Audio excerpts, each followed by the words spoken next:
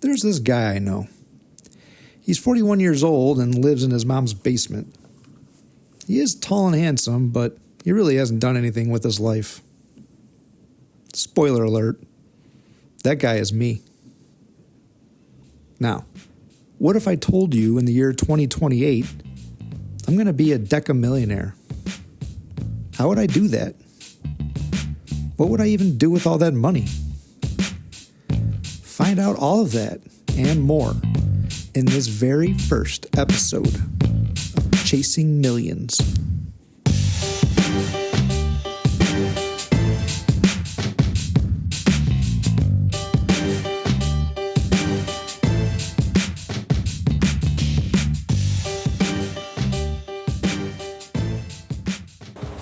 I guess hello world, huh?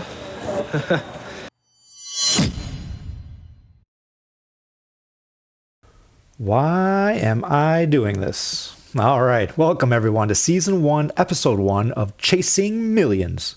Let's get right into it. Chris, why do this? Why create this podcast? Well, let me tell you. There are two reasons. The first reason is because statistics say that if I want to have a $10 million net worth, then I need to create a business. The second reason is because I want to create a legacy for my son. That's it. Now, I've consumed a lot of content in my life, and there's a common theme of the creators I enjoy. That common theme is that they genuinely enjoy their work. They do the work because it's fun. They wake up every day excited to continue with their creation. Their work gives them energy.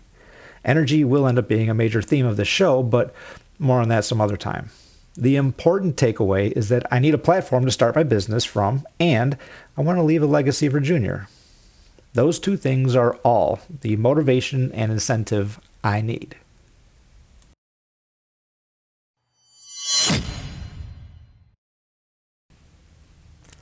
Let's talk about money.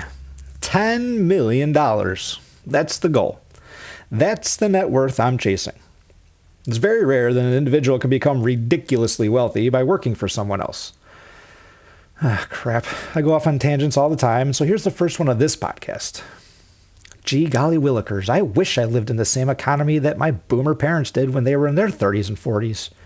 I wish I could take my average intelligence and use it to earn a middle-income salary that supported a family of four. All right, I'm not going to waste any more time complaining about the fact I don't live in that economy. A wise man shared with me that the source of all unhappiness comes from thinking things should not be as they actually are. So instead of thinking I should live in the same economy that my parents did, I'm going to adapt to my environment and do something about it. And you know what? I really hope this podcast inspires you to do the same thing. So how on earth am I going to attain a $10 million net worth? Well, at my current rate, I'd have to Uber drive for 160 more years to achieve that goal. That's right. If you didn't already know, Uber driving is how I currently generate income. I enjoy driving. I like being my own boss. I get to meet all sorts of different people. Uber driving is great. But unfortunately, it does not afford me the financial independence that I'm seeking. As I said earlier, I live in my mom's basement. Now, I don't say that in a stigmatic sort of way. As I said earlier, I don't live in the same economy that my parents did. Combine that with some poor life decisions and, well, here I am. But you know what? I'm the best goddamn 41-year-old that's ever lived in his mom's basement. I'm happy. I'm thankful. I love my mom. I enjoy working around the house. There's so much great stuff going on here. It took me a long time to realize and apply the clean your room metaphor Dr. Peterson shared, but once I did, my life started becoming more positive. Now, back to the money. Like I said, I'd need to Uber drive for another 160 years to attain the $10 million net worth I'm chasing. Also, I've been alive 40 years and I have worked W-2 jobs since I was 16. One conclusion I've made from my life experience is that working for other people guarantees that you will not live as comfortably as the people you work for. Now, to be clear, working for other people is a lot less risky than working for yourself. The wealthy people I know all took calculated risks that paid off. Some people are risk averse, some people are risk takers. Me? Well, I was always risk averse as a young person. As I've grown older, my appetite for risk has also grown. I guess that's one of the benefits of living with your mom. I don't have any wealth to lose. I have more time than money. So why not say fuck it and chase this dream? All right, I can hear what you're thinking. You're like, all right, numbnuts, I've already given you 5 minutes of my attention. Just tell me what I want to know.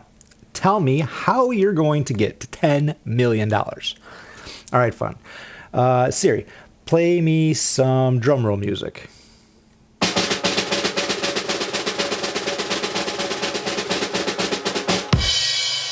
I'm going to trade the stock market. Yeah, I know what you're thinking. Your reaction's like... It's probably just like that. So, sorry if this was some sort of anticlimactic news drop, but it's the truth. Now, to be clear, this podcast episode is not the time or the place for me to dive into how I'm going to pull money out of the markets. I will use future YouTube videos to expand more on that subject, and I look forward to seeing you then. The important takeaway from this episode is that I am fully committing and dedicating myself to being a professional trader. See, I got some great advice recently, which was money is made where money is. You can take that to mean whatever you want. But to me, it means that in order to accumulate money, you have to play the games that people with money play. Most of my life, I've been working jobs. Cough, cough.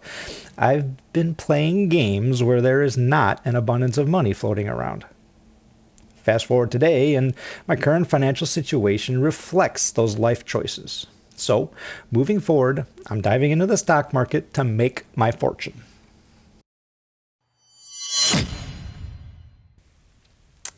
What does my end goal look like? $10 million. Man, that sounds like a lot of money. It seems like more cash than I could ever spend. I did an internet search to see what other people would do with that much money. This seemed like a good idea. Hey Siri, play that clip we found from the internet. Can I ask you, if you won all the money, what would you do with it? Bunch of hookers and cocaine. Oh, okay, that's not good. We were hoping for a different answer. Internet Hall of Fame right there. But seriously, why pursue a ridiculous dollar amount? Sean Connery once asked Catherine Zeta-Jones what she could do with $7 billion that she couldn't do with 4. What can I do with $10 million that I can't do with 6? Well, first of all, my company is called Chasing Millions 70. In case anyone is curious, the 70 represents 7 zeros. That's how many zeros are needed to count up to 10 million. I know I'm rambling, but the point is, there's no way to achieve greatness if you don't aim for greatness. I want to be wealthy, and I'm not ashamed of it. The more wealth I have, the more I can help other people. There's a saying that you cannot pour water from an empty glass. I'm going to do great things in this world, but high ambitions are required to achieve great things. So what's my roadmap to $10 million look like? Well, I'm on step 1, which is to continue working until I have 6 months of living expenses saved in the bank. Once I have that runway, the next item on my agenda is to allow my mom to retire as soon as possible. I love my mom, and her sacrifice is the reason I've had the time to learn and develop the skills needed for financial greatness. There are many individuals who I owe a debt of gratitude, but my mom is the greatest of them all. For as long as I can remember, she has selflessly put loved ones before herself. Like Kid Rock said, you get what you put in, and people get what they deserve. Nobody I know deserves more than my mom. So, checkpoint number 2 on my roadmap is taking care of mom. And after my mom's finances have been secured and she's fully transitioned to a retirement lifestyle, that's when the real fun begins. There's a writer on Substack that goes by the handle Alyosha. He said on a podcast interview that nothing makes you more popular than success. What does it mean to be popular? Is more money, more problems a real thing? How will I handle the unwanted attention that will inevitably come my way? Find out next time on Chasing Millions.